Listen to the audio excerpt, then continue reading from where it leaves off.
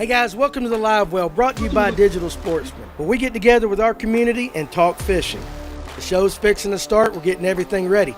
But in the meantime, we want to tell you about our fine partners that not only make this show possible, but are companies that we absolutely love and stand behind. Groove Fishing, changing the norm of tackle storage.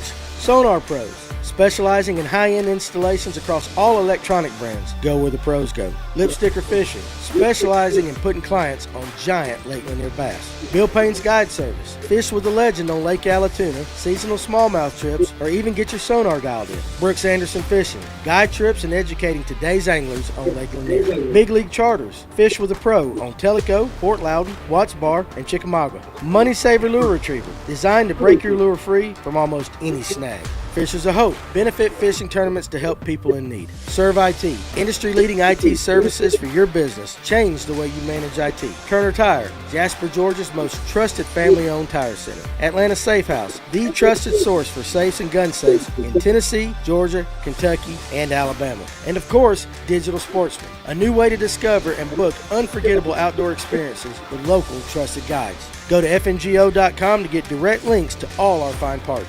Get ready and let's talk fishing. All right, guys, we are live. I don't know. Could you guys hear the talking in the background right there? I got to figure that out. I think it's Kevin. Let's no, I couldn't hear anything. I could hear somebody talking in the background during that video, and I said, "Going like I don't know how to stop it. I am totally lost on one of these things." But anyway, guys, welcome to the Livewell here at Fish North Georgia tonight. We got a great show for you because the Toys of Tots tournament's here, and so I've got my buddy Chase Carey with us, and we are going to be talking Lake Lanier fishing, and we're going to actually find out what we need to do so that I can beat Tony and all you other guys Saturday, so that we can do it that way. I got a couple of announcements I'm going to take care of real quick. Right about 8:30, I think what I hear is I'm echoing on one of your guys' mics. Hang it might be mine. Yeah, that's what I'm hearing. That's kind of but what we're going to do about 8:30, I'm going to bring Danny Pruitt with Big Shanty Bassmasters on for a few minutes. He's going to kind of explain what we're going to be doing the morning of the tournament. And then, we'll get on with our conversation. So, of course, we got Toys for Tots this Saturday, December 6th out of Laurel Park. $5,000 guaranteed first place prize. I will have the cash in my hands tomorrow, and we'll be taking it to Danny and them to hand that over. And also, too, it's $80 per boat. 60 that will go to the pot to pay places 2 on down, depending on how many boats we get, and 20 will go into the big pot. We got a raffle afterwards. It's going to be a good time. It's going to be cold, guys. I understand it's going to be cold, but dress warm. It's going to be a great time. The fish ought to be chomping. And again, we're going to ask Chase how we're going to catch all these fish. And then there's a couple other things I want to announce too. Blue Ridge Marine is also doing something very similar. Fill a boat toy drive. They're collecting toys, sports items, books, stocking stuffers, anything, and you can drop them off at their location, Blue Ridge Marine, 12166 Morganton Highway, Morganton, Georgia, 30560. And so then we also have this, and this is kind of, has a little bit of a change with it. Hunter Piling, we were talking to you guys about the tournament. He was a young man that had a cancerous brain tumor. Unfortunately, he passed away this week. And they had a tournament scheduled December 21st up on Lake Hartwell, Gum Branch Ramp, but they're still going to do it because he still has a wife and a child. And so I really want you guys, even if you can't go out there and fish it, I really want you to reach out to this family and help them out. I want you to contact Greg Kellum, 706-371-1120, or Courtney Kellum, 706-491-5379, or Jesse Elder, 706-202-7436. They've got a raffle going on too as well. Like I think Emil and some other pros are giving away half-day trips. It's kind of changed now, guys, with this young man passing away. So really, I know it's Christmas. I know it's the giving season. I know a lot of you guys are absolutely awesome at doing this, helping out others when it's time. And now is the time to help them out. So I hate the news with that, but that is, I tell my family it's adulting. You know what I'm saying? Like, it's just a part of getting, as you grow up, you have to deal with these things, and I don't like it, but it is what it is on that. So anyway, all right, Chase. Yes, sir. How you doing, buddy? I'm doing amazing. How about y'all? How y'all doing? Oh, we're doing good. We're doing good. Tell me a little bit about what you've been up to here lately. I've just been guiding on Lake Lanier and Lake Hartwell. I'm actually one of the other people that's donating to Oh, the tournament and stuff. So okay, good. yeah, so yeah, I would definitely want to go out and support them. I plan on fishing that tournament on December 21st. So if we Okay. can get as most people there, and like I said, they'll be raffling off a bunch of guide trips. I think when I last counted, there was at least 8 half-day guide trips. So um, I think you can get raffle tickets and stuff for that. So. But Okay. yeah, I've just been fishing mainly Lanier. Haven't had a lot of tournaments. They got the Toys for Tots this weekend, and then I think we got some skeeter tournaments with Boating Atlanta and a couple not this weekend but the next. So we'll be fishing those and just enjoying fishing Lanier. Fishing's good right now. Yeah, it is fishing good. Now, I want to get real quick before we get into me picking your brain on how I got to fish Saturday, because this is a selfish show tonight. Like, Mm-hmm. because you see Tony's ass smiling up there in the corner right there. Like, listen, I tell everybody this. I just want to beat the podcast, guys. Yeah. Okay, Mm-hmm. somebody like Paul Marks Jr. One of them, they can come in, they can win the $5,000 first place prize. This is for bragging rights amongst the podcast guys, and then you'll have Dane Hunter and some other guys that we know and all that. It's for bragging rights, and so I've got to beat Tony. So what I want you to do is we got to have a sign when something true. You need, we'll go. I'll pull up this private chat or something. Like if you're touching your left ear, that's what I need to throw. If you're touching your right ear, you're telling that for Tony. So Tony will throw something absolutely wrong. And there is no information rule right here, boys, in this tournament. So we ain't got to worry about that. We're going to talk about it. I'll make it worse for you. My partner said we're throwing one thing. Who's your partner? Who's your partner? His name's David Smith. And he said you're going to throw one thing. Are you going to tell us what you're throwing? Nope. Why? I'm swore to secrecy even after we win. Okay, well, you ain't going to win with that. With that attitude right there, you're not going to win right there. So, and Tim, my partner might be showing up here later. He's out there at Cedartown working the Christmas parade, which is awfully early for a Christmas parade, December 4th, but whatever. They do things different out towards Rome. And so he might be jumping in. That's who I'm going to fish with. So, all right, really right now, what should we kind of, as from an 80,000 feet looking down general view on Lake Lanier, what are the fish doing, Chase?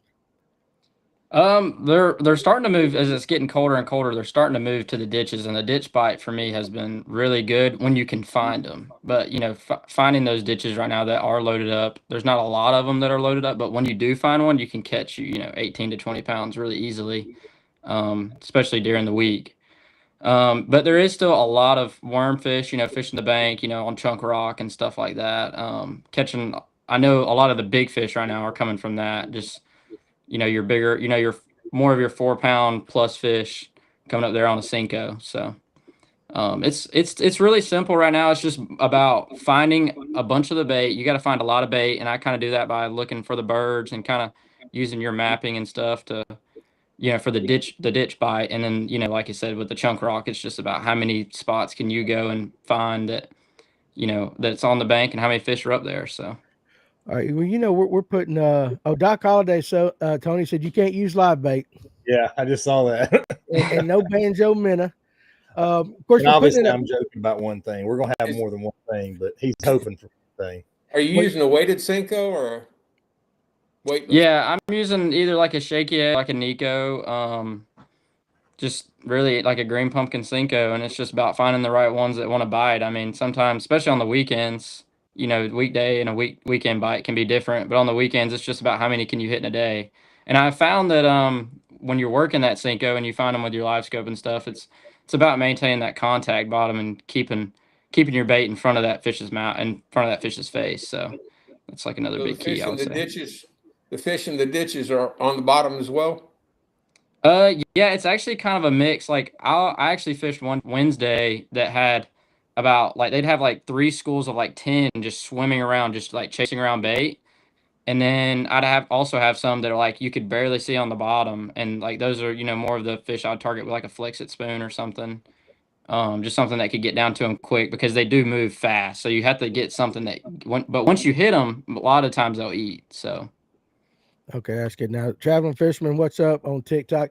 Now, Chase, I think your audio is absolutely perfect, but you guys might notice his video will drag a little bit. That's okay. That's okay because what all you need to do is listen to what the man is saying. All right, because that was some That's good right. stuff. Now listen, we're putting in at Laurel. That's way up there. Yeah. Would you make the run all the way down south? What part of the lake would Chase fish? Now, what are you shaking your head, Tony? Listen, I'm going to find some juice tonight. If I was going, if I wanted to finish first place and win the tournament, I would definitely be running down south. Now a lot of the easier fish to catch are up north, kind of above Brown's Bridge. Those fish are a little bit more bitey, but I wouldn't say you could get over 21 pounds up there. And I personally think in the Toys for Tots, it's going to take at least 23 pounds. And I wouldn't be surprised if there's a 24-pound bag. Yeah. That's what Maybe I guessed. 25. I guessed during the lunch break, we were talking about that. And I said, it's going to take somebody have 23. And, Yeah. I guarantee Easily. you, whoever has 23, let's just say there's 5 bags over 22. 4 of those will be by kids 25 and under. Yeah. They got that game down. I think is it Jack's story that had he had 25 pounds in the no weight tournament I think it was this past Friday, right, or something like that. So I mean, it's definitely possible. Yeah, was Damon fishing with him? I don't know. I didn't really pay that. They had a 7-pound largemouth kicker. Yeah, that helps. But I mean, I think the large they're biting right now. I've seen a lot of people posting about getting largemouth. Okay, so well, are they catching them largemouth deep, or are they catching them shallow? I don't know. I wouldn't say exactly. I mean, I think they're catching them shallow, to be honest with you. Probably on Nico, your Cincos, you know what I mean? Yeah. They're just harder to catch. They're harder to find and harder to catch. But if you do get lucky on Saturday and catch one, your odds go way up of winning the tournament, right? So like Captain Morgan right there, he pulls up. Every time y'all say Browns Bridge, I have to think twice because we have one up here at Hartwell. Listen, we love Hartwell. We love all our viewers from Hartwell up there. But y'all's Browns Bridge ain't our Browns Bridge. So Browns Bridge is pretty much that separate. I mean, you could honestly say that splits the lake in half, right? Yeah, I would say, yeah. It doesn't fish different, but it just feels like the bite's always different up there compared to down south for some reason. But I think so too. Tony. Yes. Where are y'all starting Saturday? We're starting as far north as you can go.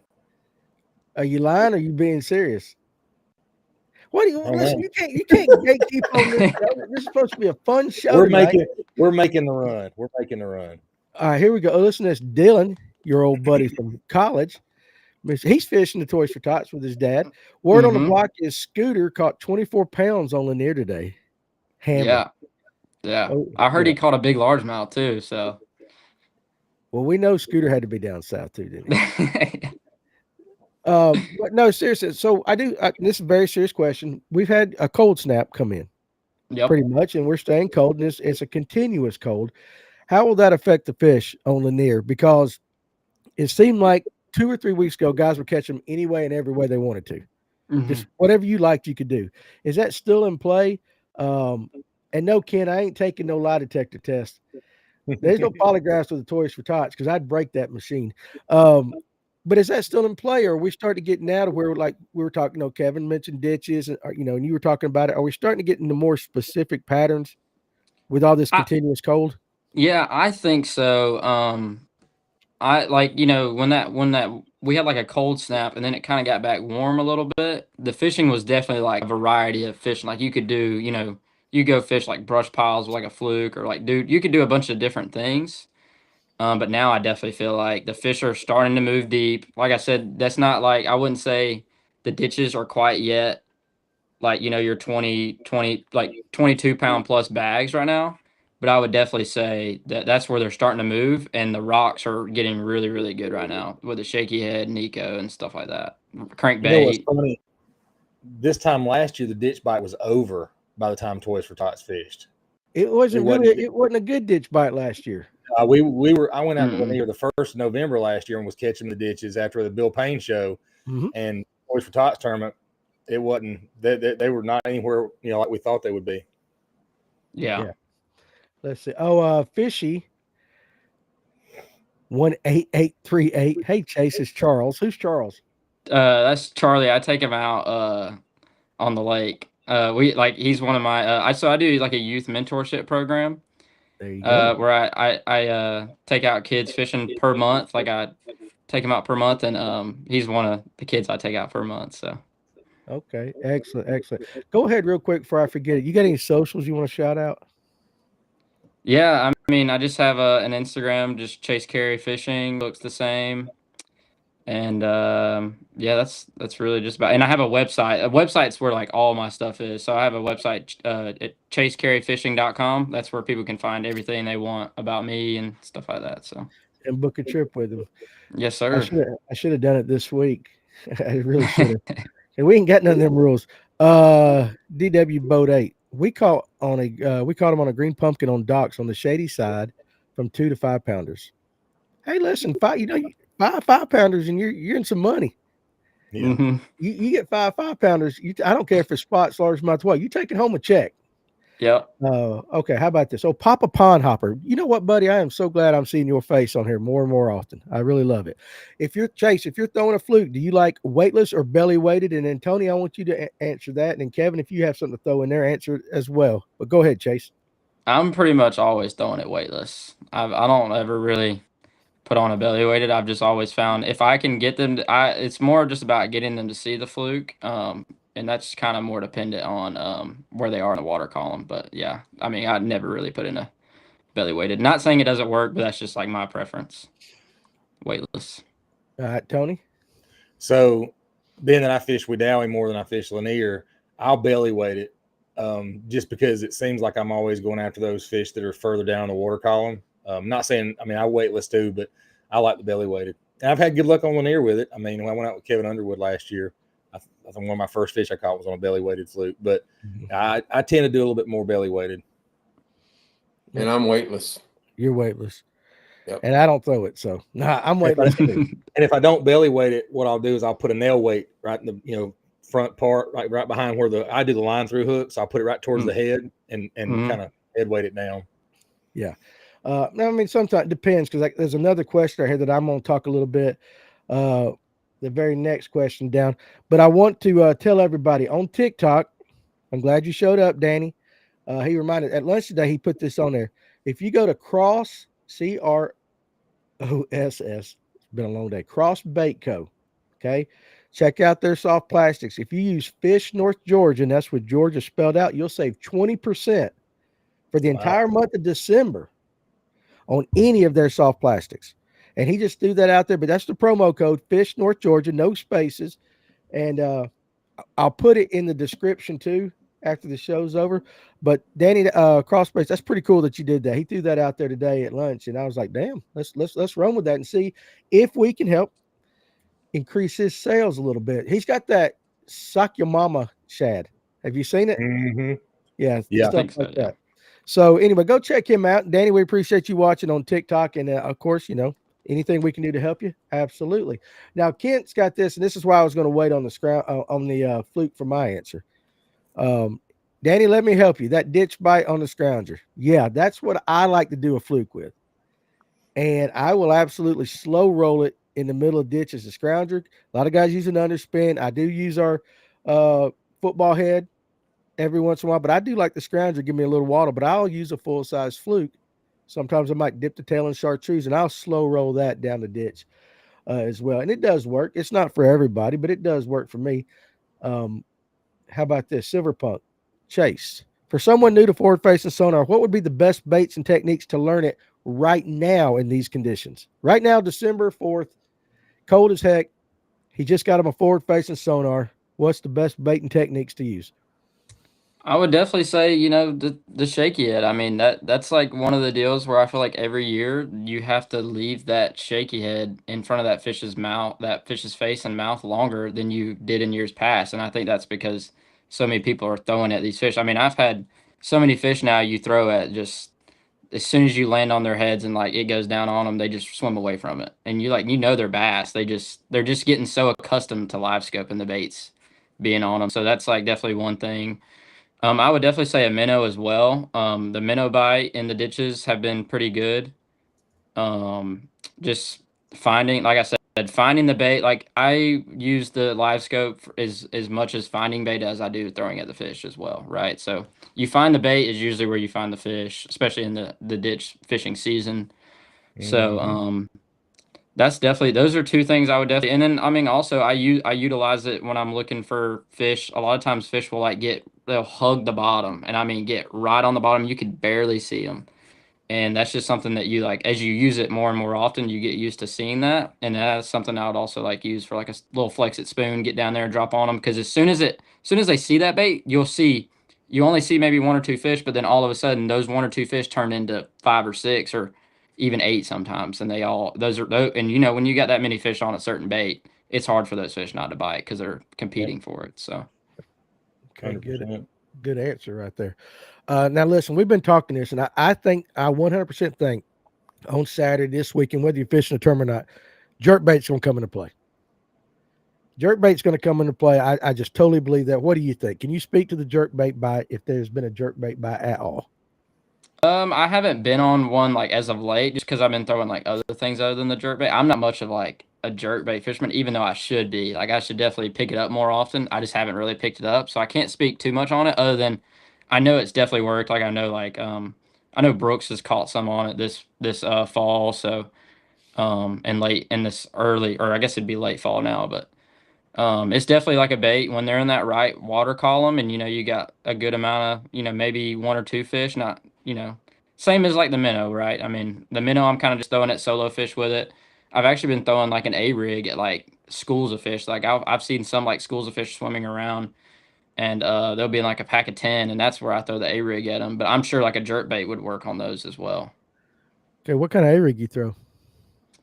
I actually had a Picasso A-rig the other day that I had on, so okay, just put Kitech swim baits on there, or you can really put anything on there. It just I've found that a lot of different things work with that. It just, like I said, it on Lanier, I feel like a lot of times it's like, what fish are you throwing at? Like, are you throwing at biting fish? Like you can be throwing at some of the biggest fish in the lake, and they just won't bite, right? So sometimes you have to find the fish that nobody else has thrown at or seen, or they haven't seen a bait in a while. Because as many people fish Lanier, I mean, those most fish have seen a bait in the past day or two, right? right. So you got to find those fish that nobody else is really throwing at. Yeah, well, that's the key right there. Yeah, that's the key. Yeah, because there's a lot of fish in Lanier. There's a lot of so. Yeah. Tony, Kevin, y'all got any questions? You want me to keep going? No, keep going. All right. So how about this one? He's got 2 questions. Are you still catching them on a fluke? And how long into the winter do you throw a fluke? I actually had some fish that I thought I could catch on a fluke Wednesday, and I threw at them, and they did not bite my fluke. Now, you know, they'd come up, but they'd never hit it. So I don't know if like the bite is necessarily over. I'm sure there's some area on the lake that you could catch them on, but I definitely see it kind of dying off right now. Now, if there's fish that are high up enough in the water column, they'll definitely come up for it, right? Like it's just it's the fluke and the minnow are like kind of very similar in my opinion, but like, you know, the fluke's obviously weightless and you can work it a lot faster and make it work different than a minnow, but you know. I definitely see that the fluke's kind of maybe dying off a little bit, but they're still like you can easily put it on a minnow, right? Or do whatever you want with the fluke. The fluke is one of my like baits out there just about year round. Okay. Your buddy Logan Fisher, Chase the Hammer.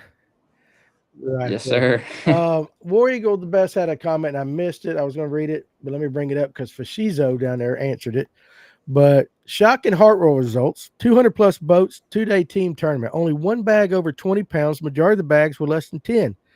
Is the lake not good anymore? To which, before you talk about that, Chase, Fashizo said 15 is usually the average year round unless you land a big largemouth. We're talking about Hartwell, guys. 17 to 18, you're doing something, and 20 plus, you're winning. 22-pound yesterday was a slam dunk. You fished Hartwell a good bit, I'm sure. Does that sound about right? 22 pounds is, like you said, a slam dunk. I mean, that is a really, really good bag on Hartwell. I know the guys that ended up winning at Peyton and Dalton, and I know they had two big largemouths. So that, I mean, Hartwell does have some big largemouth, and you can get one of those kickers. You know, it's not like Lanier where it's like, oh, like a guy has 22 pounds, he caught a bunch of 4.5s, right? Hartwell is definitely more of like you catch a big kicker that can get your bag up to over 22. And then, I would say like a good average for Hartwell year round, like a good, like you're finishing top 3 is 17 to 18. I'd say top 5. And then your 20 pound bag is usually like, that's what you're aiming for if you want to win, I would say, on Hartwell year round. Okay, good. I like the answer. I knew you would know that. Yeah. I love Hartwell. Hartwell's my favorite lake. So. Oh yeah. Father Time, Kevin. No, I don't have any. You don't have none of the Rapala jerkbaits as the Jim Bitter signature? No, but I fished with Jim before he went pro. Fished against him in a lot of tournaments down there on the Harris Chain in Lake Tahoe and Okeechobee.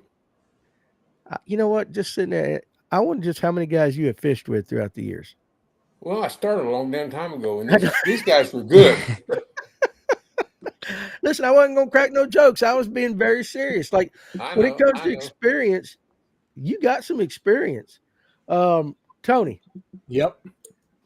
I got to rag you a little bit or something like this. I mean, what I got to get into your mental side of things. What do you think about that? I mean, have you fished Hartwell? Any? Mm-mm. Okay, well, you fished with Dowie today, though. Weedawee. You fished Weedawee. What's it like on Weedawee? What would be a good tournament bag? I'm just trying to compare lakes. We know what Lanier, if you ain't got 20-something pounds on Lanier, pretty much you're around, don't even worry about weighing in. He just talked about, and Chase, that's pretty correct, right? 1920 and up. Oh yeah. On Lanier? Yeah, on Lanier. Yeah. You just said what Hartwell would be. What would Dowie be, just out of curiosity? What's a good bag? 13 pounds will get you like top 5, but it's going to take almost 20 to win. Oh, there's always that one guy. I looked at the results from the Wadowee Marine South Trail that he puts out every couple of weeks, and I didn't fish it this year, but it's one Kyle Welcher fishes in actually. And I'm looking at all the weights, and they're all like 10, 12, 13, and then there's the 18, 19, 20-pound bag in there somewhere. So there's the one guy that knows where they're at. You know what that sounds? It sounds a lot like Allatoona. And I know the weights are coming up on Allatoona, but you always got some good weights, and then you got that one or two guys that found the kicker or something like that, and they're up there. Wedowee's really close. Yeah, Wedowee's a spot lake, and that's one of the reasons I started watching the show, a couple of years ago, was because it fishes a lot like Lanier. I can use the same techniques, catch spots all day, and you can catch some decent ones, but it's a really good largemouth lake. Nobody really talks about it. I've been beat by guys walking with a 9-pounder. And it's not uncommon. I've seen 2 8-pounders in one tournament. So it's a really good largemouth lake, but it's a lot of river system too. So Gotcha. All right. So Coleman Jones. What are some of your favorite minnows there, Chase? I've actually been using a lot of the Zoom wing flukes. Obviously I like Sakamatas, but that's like I only use those for like tournaments, right? But I've been like impressed with how well I've been catching them on the wing fluke, the 5-inch. Yeah. Here lately. So okay. I had to pull up old Cranky and Yankin's face because he knows we're gonna be talking Lanier. So we are gonna be talking some forward facing sonar tonight, but I guarantee you this Saturday, somebody's going to catch them shallow. I know a lot of guys will fish deep. Somebody will catch some shallow, and they'll catch a kicker shallow because if I'm not mistaken, last year it was colder, and Charlie Adams caught the big fish throwing over a cable on the northern end of the lake with an underspin, and then he popped it back over the cable, and the second it hit, he got that big largemouth. Yep. And he caught it very early in the morning. Now, if you remember last year, it was cold. Did you fish it last year, Tony? Yeah, it was crazy. Cold. So somebody, I think you might be right, Chase, on the more consistent bag, especially with the spots and all that. But somebody they're going to catch one. They're just going to do it. All right, let's see where we got next. Hey, Danny. Yes, sir. How about Chase? You throwing a spinnerbait at all? Yeah, when the wind's blowing. I haven't really caught them that well on a spinnerbait in like a few years. I used to catch it really well, like in high school fishing, like tournaments when the wind was blowing, right? But I haven't been able to really catch anything crazy off of it as of late. Maybe one or two. Like I know my brother, he had a high school tournament a couple weeks ago, and I know he caught one of his fish. It was like a 3 1/4, I think, 3 1/4 pound spot off of it. But the wind was blowing 15 miles an hour that day. I have seen it. Maybe it works a little bit in the wind, but Was he throwing a mini me or something like that? Mm-hmm. Yep. Okay. And just because he asked that, which is a better spinnerbait lake, Hartwell or Lanier? Are they both equally strong? I haven't really caught them on that well on either lake as of lately. Like I said, in high school, I used to catch them pretty good on Lanier with it when the wind was blowing. But as of late, I mean, maybe it's because I'm not throwing it as much as I used to, just with forward facing now. But Right. that's just That me, makes I sense. guess. Yeah. When are the fish going to come off the shallow rock? I don't know. I don't know if they'll ever really like there'll always be fish on it, but there's going to be fish that start more of those shallow rock fish will start to move out a little bit deeper. But I definitely think that there'll always be shallow rock fish until they start to spawn. Okay, perfect like that. Let's see. Coleman wants to know, do you ever fish Russell much? And if so, do you like it?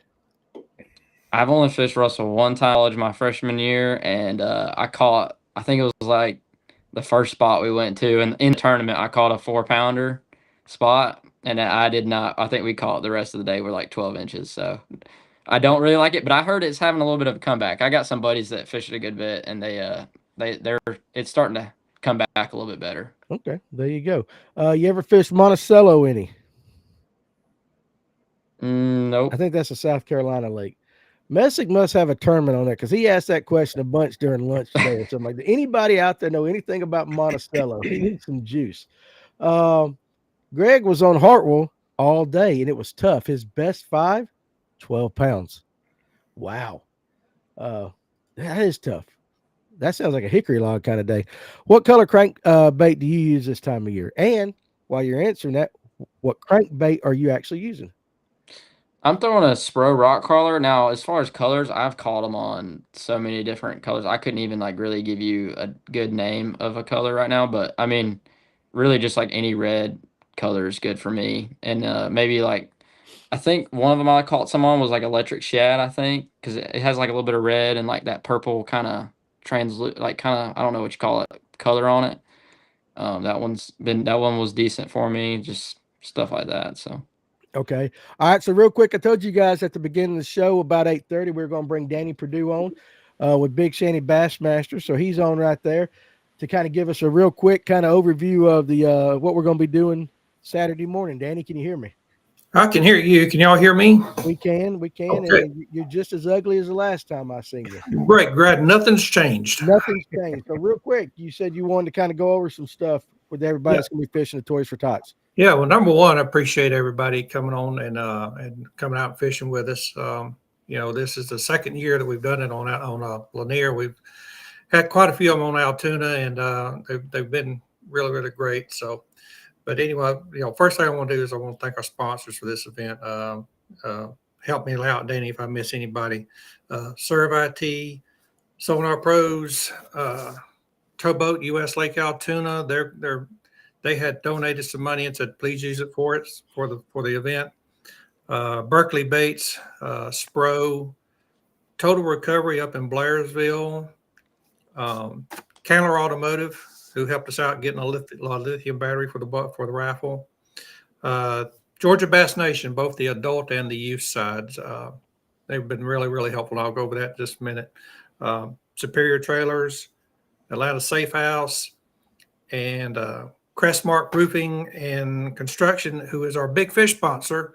We're collecting $20 out of the entry fee for big fish. Well, they've already put in $250 into that pot, so we've already got a $250 pot for big fish started. So we're looking at probably having another good big fish pot. So nice. Okay, that's good. Yeah, I mean and listen, it's always nice when you call up some people and they're like, yeah, we want to take part in this. And so we're hoping to do this year after year and just grow it and all that. And it's been a strange year, but definitely appreciate those that have stepped up this year for sure. Yeah. So anything that we need to know, of course, about Saturday morning, what are we going to be doing? Well, let's first really touch on kind of like the elephant in the room, and that is the tournament eyes and everything being on us this year as far as with what's going on over in Alabama. We really want to express safety this tournament. So what we're going to be doing, last year we did our live well and everything check on the water. This year, we're going to do a Livewell checkup in the parking lot. And then after you have your Livewell check and get back down and pick up your partner, we'd like for you to get your life jackets on and come by and do a life jacket, check your lights, and we want to make sure your kill switch is working. So that's something we haven't done before, but we're going to start doing it this year. So we're going to check your kill switch, make sure it's working properly, make sure your lights are working properly. And then how you gonna check a kill switch on the water? Just have them drive by and just pull it. Okay. Yeah. They'll that first dock that's right there at the ramp. Once you pick up your partner, if you'll just come over there and say, hey, here's our life jackets, check your lights, make sure they're working, your big motor running, pull your kill switch for me. Okay, it's working. Then going over there and just bob around until we call you flight. Okay. Yeah. All right, that'll work. Of course, when your outboard is running, we want your life vest on, zipped, and buckled, and then the kill switch attached to it. And another thing is, this is expressed to us in driver ed back in the day. Drive for the other guy. And when you're out there driving your boat, drive for the other guy. Just pretend like he doesn't see you, and make sure that y'all stay safe and at a good distance, and just watch out for the other guy. Okay. So that's the main thing. And we haven't had any accidents. We don't want any accidents. So let's be careful. Okay. All the rules, of course, standard rules. We're at Lanier. It's going to be 14 inches across the board, only black bass only. 5 fish limit, of course. When you get your 6, start culling. No culling of dead fish. Artificial lures only. No trolling except for using a trolling motor to move the boat around, of course. All fishing must be done from the boat. And of course, if you need to go take a little restroom break, that's fine. You can be out of sight for that, but you must cease fishing until you're all back together again. And any dead fish, there'll be a 4-ounce penalty per dead fish this year. Weigh in. We were going to have Tony Beck, who's our Georgia Bass Nation president, there with the weigh-in trailer, but he's had some family issues and has to can't attend this year. So we're going to be doing the weigh-in ourselves. We won't have the tanks or anything, so please help us out and be patient with us. We're going to try to get everybody in and out as soon as quick as we can. So we're going to give you a poker chip when you check in. Poker chip have your boat number on it. And when you come back in, be sure you turn in your poker chip so we know that you're in. So for that part, that's what we're going to be doing. And raffle, that's where I want to go out. Raffle, $2 per ticket, $6 tickets for $10, and that's on just the general stuff. On the lithium battery, which is a 60 amp ionic battery, there's going to be $5 per ticket, or $20 to get you 5 tickets, and that battery's an over $400 value. And all the proceeds from the raffle will be first used to offset the tournament cost, and any of the net proceeds will go directly to Toys for Tots. And that usually gives them probably close to $1,500 to $1,800, maybe sometimes $2,000 after we've taken our stuff off. So okay. So we're doing good there. And payout, we're doing 1 in 5, no more than 10 places. If we get over 100 boat field, then we'll add 1 spot for every 5 places where we're past 100 boats. Okay. Okay. Yep, that works. And what time's registration going to start Saturday morning? Okay. Yeah. I'm looking at my notes here, trying to read them on right. Sometimes it's hard to do. We're going to probably start walk-up registration probably about 5 a.m., I'm thinking. Okay. We're going to get there at the ramp probably about 4:30 and start getting things set up. Looking at the weather report, I don't think we'll have to worry about salting the ramps. It looks like it's going to be in the 40s. So far from what I've seen on WSB, it's scattered rain. It's going to be cloudy most of the day, but I think it's mainly going to stay chilly. I don't think it's going to get cold. I think it's going to be chilly. Okay. From what they're saying, scattered rain, and most of the rain, they said it's going to be south of Atlanta. So we Okay. might have a passing shower. That's probably about it. All right. And what time is first flight expected back in? We're going to go in. We're going to start with 3:00 on first flight. Okay. And that flight, we'll look at how many boats we've got registered in the morning, decide if we're going to have 20 or 25 per flight. But we're going to start about 3:00. Okay. We'll have the scales open if you want to come in early. We'll have them open probably about 2. We'll probably have those all ready by about 2:30 or so. Okay. And then, of course, guys, you got to remember this. At the end of the day, this is for the kids of Hall and Pickens County. All right. So make sure you bring your unwrapped toy so that we can give that to the Toys for Tots. And just understand that these kind of tournaments, this is what it's for. We're going to fish. It's a great purse, great competition to do that. But at the end of the day, we're trying to help some children have a good Christmas that otherwise wouldn't. And I want everybody to kind of remember that as we go. And I want you to use this time when you're around other anglers to just kind of, talk to them. Don't come up to this tournament and just kind of be off to yourself. Enjoy the camaraderie, enjoy the family, get to know each other. A lot of you guys enjoy the fellowship. Yeah, enjoy the fellowship. That's what it's all about. And we talked about that. We don't want to have any of these tournaments where it's just, you know what I'm talking about. I don't even have to say it. We don't want it to be that kind of tournament. We want it to be really good. And if you can't fish, come out for the raffle. If you just want to drop off some toys, bring some toys. It's at Lowell Park. In fact, just to touch real quick, we do know that No Wake Nation's having an event on Altoona same day. They did get in touch with me and said, sorry, there was a conflict, but we want to help out. We're collecting toys at our tournament and we're going to bring them over.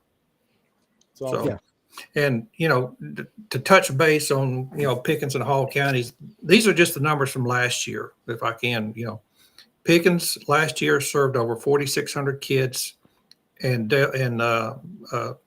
donated or shelled out 22,300 toys. In Hall County, they served over 6,700 children and shelled out over 40,000 in toys. So there was, in total, between Pickens and Hall County, over 11,000 children served and over 62,000 toys donated. Now, that's just not from us. That's just from their whole thing. But it's great to know that, you may have had a small part of that. And if not, there have been a kid out there who probably didn't get anything for Christmas. So that's it. Listen, it's all about putting a smile on their face. So see, guys, again, you might have been on the fence about coming out and fishing because of the weather or whatever. Just come out for the kids. Okay. Bundle up. Kids. Yeah. Bundle up. You'll be fine. Danny, I have a question. Absolutely. What? He mentioned a 4-ounce penalty for a dead fish. How many dead fish are allowed? We're going to allow 3. I'll let you do 3. Yeah, and then we'll just take the dead fish home and eat them. Yeah. There we go. We'll do something with them like that. So, all right, Danny, anything else? I think that's got it. Like I said, $5,000 on the first place prize, 2 on downs coming from the pot money. So just keep that in mind. And like I said, you'll get a poker chip. I'll say this much: for you guys that don't weigh a fish, turn in your poker chip. Yeah, it might be a little something for you. Yeah, we talked about that. Yeah, so just if you had a bad day, don't worry about it. If you had a bad day, don't worry about it. Turn in your poker chip, stick around, and see what transpires. Little surprise for you guys. So anyway, might be a little surprise. All right, well, Danny, I appreciate you coming by. I look forward. Are you going to fish it, or is John Drew going to fish it? John's going to fish it. John and Chris are going to fish it. Okay. John's going to help me with registration, and Chris is going to help with the checking in the boats and everything. And then after everybody leaves, they're going to be the last boat out because John wants to make sure he's got everything all buttoned up before he leaves, and then they'll go out and fish. That'd be awesome. I just got to pick somebody else to beat, so I got to beat John too. So like that. So anyway, I look forward to it. It's going to be a great event, guys. And again, at the end of the day, it's for the kids. For the kids. And bragging rights amongst the podcast guys. That's what it is. Little side bets going on and all that, which we're just gonna have a good time with. So Danny, I appreciate you stopping by, and I look forward to seeing you this weekend. Okay, look forward to seeing you, and I hope everybody has a great rest of the evening, and we'll see you Saturday. That's right. All right, here we go. So there you go. So that was Danny with Big Shanty Bassmasters. Listen, I can't tell you what the little surprise is. All I can tell you is they mentioned it too, that if you don't catch a fish and just come on back, turn in your poker chip, because there just might be an opportunity that you might win something. Yeah, y'all gonna have y'all gonna have everybody that doesn't catch 18 pounds stop bringing fish in now. Hey, listen, there's always that chance. And I was showing. Let me see if I can reach it. Atlanta Safe House. If you didn't watch the lunch break, I want to show you a couple of things real quick. Tony, say something so I can jump off camera real quick. Just say, sing a song. Yeah, you don't want me singing a song. Trust me, you don't want me singing any musical rendition of anything. I don't know what he's going to get, but hey, I was going to ask you, what water temperatures are you seeing on Lanier right now? Because I don't get to fish there often. Wednesday, which I guess is yesterday. I only saw 56. Okay, that's what I'm seeing on Wadowee too. So, I want to show you guys this. This is one of the raffle prizes from Atlanta Safe House. All right, let me see if I can put this thing on me, make me bigger. There we go. Look right here. So this is one of these gun safes. This is a heavy little booger right here. It's got the touch screen, all that stuff. So one of these smart things, you don't need the keys. It is a NV20i, I don't know, biometric smart safe. Yeah. From Vault Tech. So there's a couple of those that we're giving away, and then they've got hats and some I believe we got a couple of hoodies and everything. And then just local companies stepping up. And I appreciate the guys over at Atlanta Safe House and all that. And I really guys, I really want to give a huge shout out to Abby up at Superior Trailers of Georgia. That's all I need to say. She knows, guys. I wish you knew what those guys did for this tournament and stepping up like that. So if you need a trailer of any kind, 4x8, car hauler, whatever, call Superior Trailer, talk to Abby, tell them you heard about it at Fish North Georgia, and let her set you up with it, because that is a class act company, 100%. And that's all I need to say is they're just class. Some of the nicest people you ever meet too. Oh Lord, Coleman outpunted his coverage. Yeah. Coleman did. Coleman, you better not mess that one up, buddy. That's all I got to say. Let's get back to the questions. And Kevin, I didn't even ask you got a question of the night tonight too? I do. I sent it to Tony. There's okay. The last one I sent, and then there's another one, but I wasn't sure if I'd done one of them already. So do you recognize any of them, Tony? Hang on, I'm pulling them up now. I just want to make sure you had one, because we'll do a question of the night here in a little bit. I've got one for sure. Okay. I've only got one. You only sent me one question. So all right. You sure? Well, y'all work that out. Chase, here's your question. What color crankbait do you use this time of year? Didn't we do that night before? Yeah, I think we did that one. All right, there we go. Yeah, don't forget to hit the like button. Here we go. John G. What size jig heads do you throw on an A-rig? I bought the Flash Mob Junior, but the ones that came with it are pretty heavy. It takes a lot to cast it. So what's your normal? I can tell you what Dave Aldridge throws over there at Gunnersville. It's a 1/16. Yeah, 1/16 or 1/8, depending on what kind of depth I'm wanting the A-rig to be in. A lot of times 1/16 though. That sounds about right. Yeah, that sounds about right. Mainly with casting, it's just about the rod. You kind of have to have that good stout rod, but it still has a little bit of tip in it. So yeah, as far as casting it, you like a chug bug for top water? Oh yeah, it's good bait, especially for Hartwell and Lanier. Do you go with the chromes? Yeah, chrome with the blue back. Yeah. I mean, obviously the one with the black back probably works just as well, but it's that confidence and it's that blue, man. It's something about that chrome and that blue, baby. I'm like, yeah. And yes, sir. Tony, you throw that over at Weedawee? I've thrown it a few times. Black back. Yeah. You like the black one? That's absolutely chrome black. See, here, Chase, they're Southerners. They're the Flatlanders down there. See, they're always going to be a little bit different. You know, he's from Florida. I totally get it right there. But Tony, let me ask you, what color basically top water? I know when it's cloudy and all that, you like the bone. Yeah, I was going to say I throw a bone probably more than anything else. I mean, and that's especially down there. I mean, but yeah, I'm mostly bone. But I keep everything. I keep a bone and I keep a chrome and everything. I got top water basically. I got you. I'm going to get a couple of these. Has Georgia went red on the crankbait yet? I think you could get away with throwing some reds and all right now. Where are you going? I'm going to come back to yours because I got to pull up cranking and yanking. I love this. I'm going to have to drive up to Georgia and show you boys how to catch them without all those electronics and A-rigs. Listen, cranking and yanking. Drive your ass up here Saturday morning, fish the Toys for Tots tournament, baby. Come on up here and fish with us. I'd love to have you. Seriously, though, I would love to meet you in person. I really would. And Actually, if he drives up, I'll pay his entry fee. Hell, and I'll buy him breakfast. If Crankin and Yankee came up to fish it, I'd probably figure out a way to give him a hotel. Yeah. It'd be shady. I got to make him. Got to keep him like it'd be one of the shady ones over in Hall County. I ain't putting him up in the Hilton or nothing like that. I got to keep him used to being in Louisiana. You know what I'm saying? I'm just playing with you. But I'd love for us to take a trip down there and fish Caddo. I'd love to go down there and fish that lake. Good grief, that thing's just a good looking. But Cranky and Yankee, we love you, dude. This is interesting right here. Chase, many pros talking about mega schools of 100+ bass. How do you find mega schools of bass on Lanier? And what part of the lake is the best to look for schools like that? So, hey, listen, I know he's asking, but I'm asking specifically, Chase, where the hell's that mega school of bass? Drop some waypoint. Drop a waypoint right here. Shoot it to me in Messenger. But have you ever come across a mega school of bass like that? I don't know about 100 bass. Like, actually, yeah, especially like during like brush pile season. But this time of year, I've yet to seen like a school of 100 bass together. Now, striper, yeah, you go up above Brown's Bridge right now. There's a lot of birds. Like, it's if you can find the birds, you will find all the bait, and that's where all the fish. Like a lot of times, especially when the wind gets blowing and they really get all bunched up together.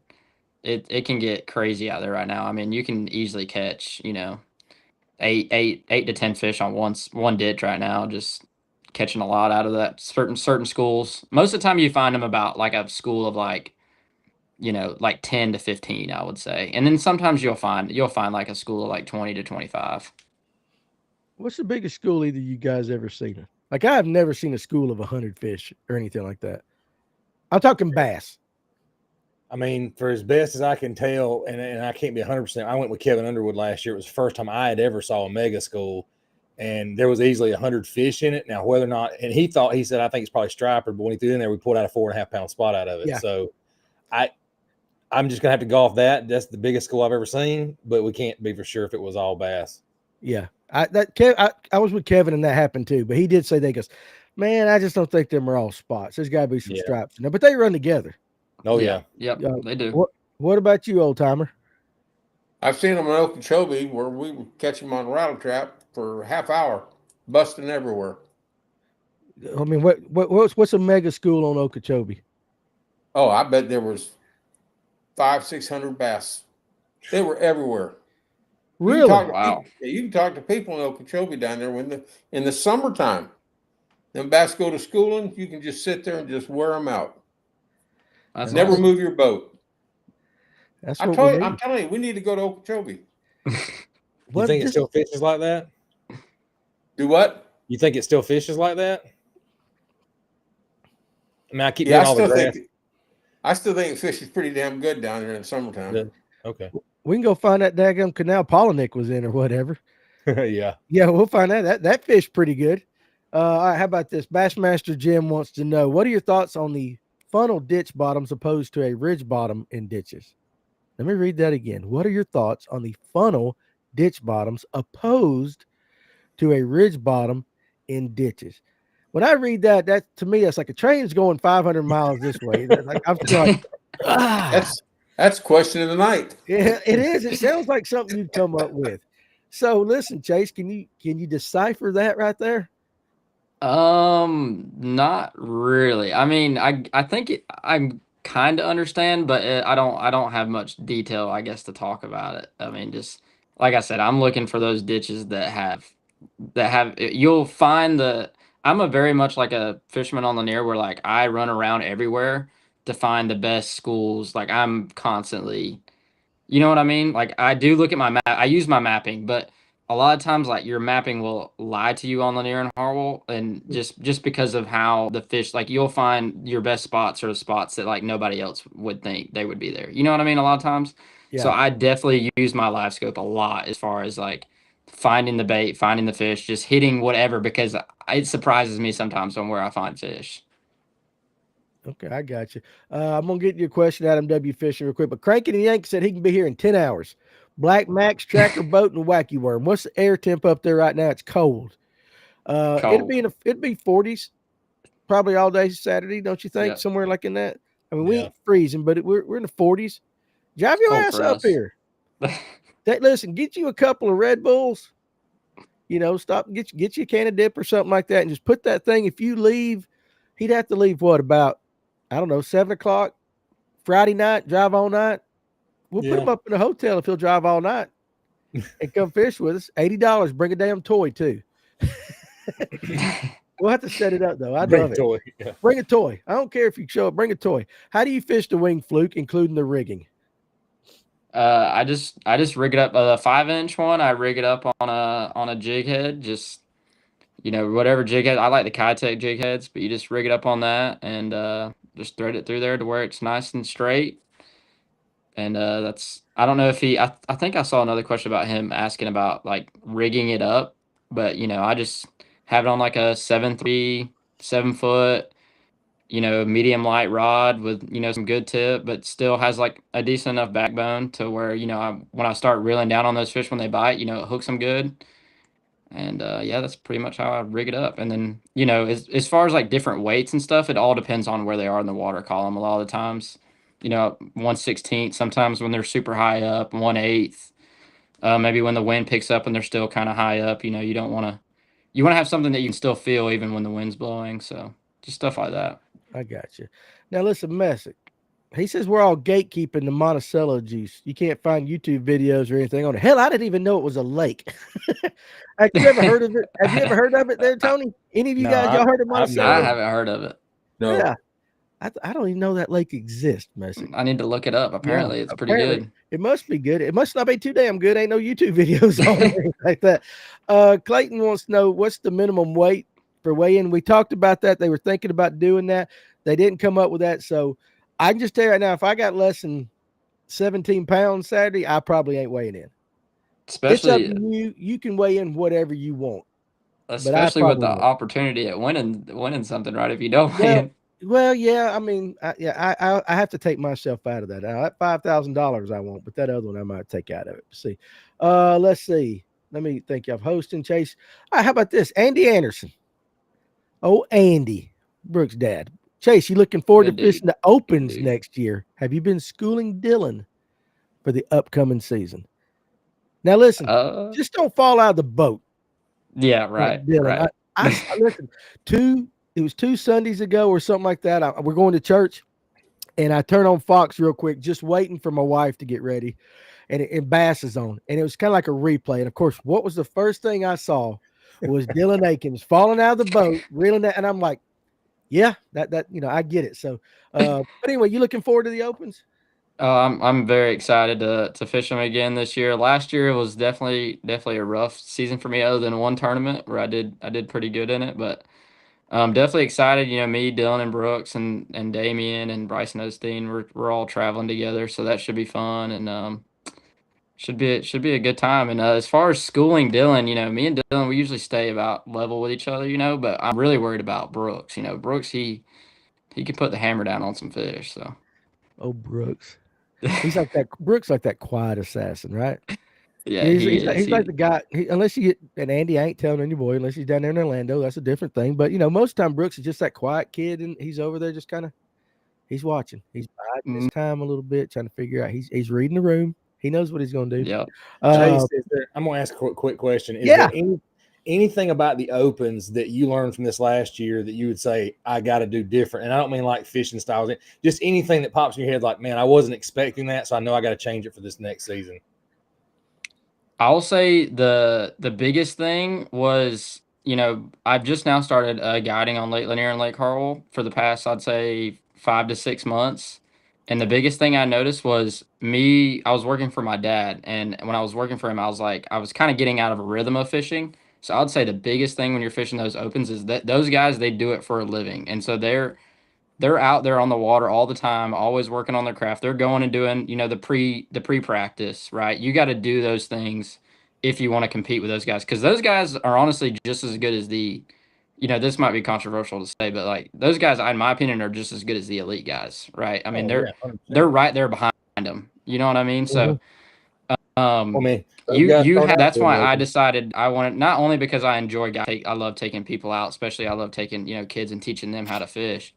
But that was like another thing that like if I'm gonna do this again, I need to be out on the water more so I can stay more in a rhythm of fishing. I got you.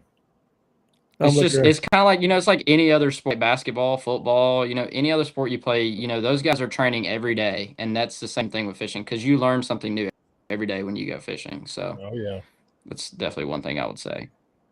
I'm looking for a prize to give away. That's why I'm looking around the room. I was got gonna ask you, 5 million you got things. I'm going to give away a Groove hard bait box. Oh wow. Yeah, so I'll show that up. So real quick, yeah, I think I'm going to. I'll go dig it out. While I go dig it out, first of all, here's the only problem we're going to have with question of the night. I can't see any of the answers. I have to use my phone. I can see them that way. That'll be the only way I can see the answers to the questions. Can you make it work? Hey, I can make it work. I'm just going to have to sit here and stare at my phone when we're talking, though. That's okay. So you can't see the comments? I don't have any comments. I can see the comments. I'll check for it too. Okay, so y'all just do your best. Okay, here you go. I found it. I got them pulled up now. Sorry, I didn't realize there was a chat box down at the bottom. Listen, this is like we're a bunch of yahoos trying to run a podcast here. Well, I was so used to StreamYard. I didn't have know. this one, so. I know. Also, too, I'm not used to anything. I know. Real quick, I'll say this too. Love seeing these local businesses support these events. I know firsthand how much that helps out. God bless all of y'all that helped. Tony Watkins Fishers, I hope they helped out too. And also, too, listen, that's a mean apple cake your wife made me the other night. I don't need to have any more of that on my diet. That thing was mean. And I hope you guys are jealous, Kevin, all that. They made me a cake, and it was really good. It was really, really good. So anyway, let's do the question of the night. Guys, if you had a question already up here and I have missed it or haven't gotten to it, hey, go ahead and pop it around. I see Ken's comment right there. Go ahead and pop your questions back again, and we'll get back to it. So I'm going to go pull out the hard bait box from Groove so I can show everybody, and you two go ahead with the question. All right. It's a 2-part question, 2 answers.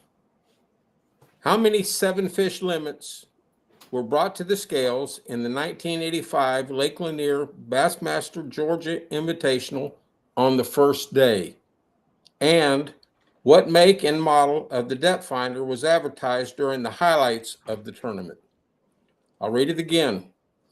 How many 7-fish limits were brought to the scales in the 1985 Lake Lanier Bassmaster Georgia Invitational on the first day? What make and model of depth finder was advertised during the highlights of the tournament?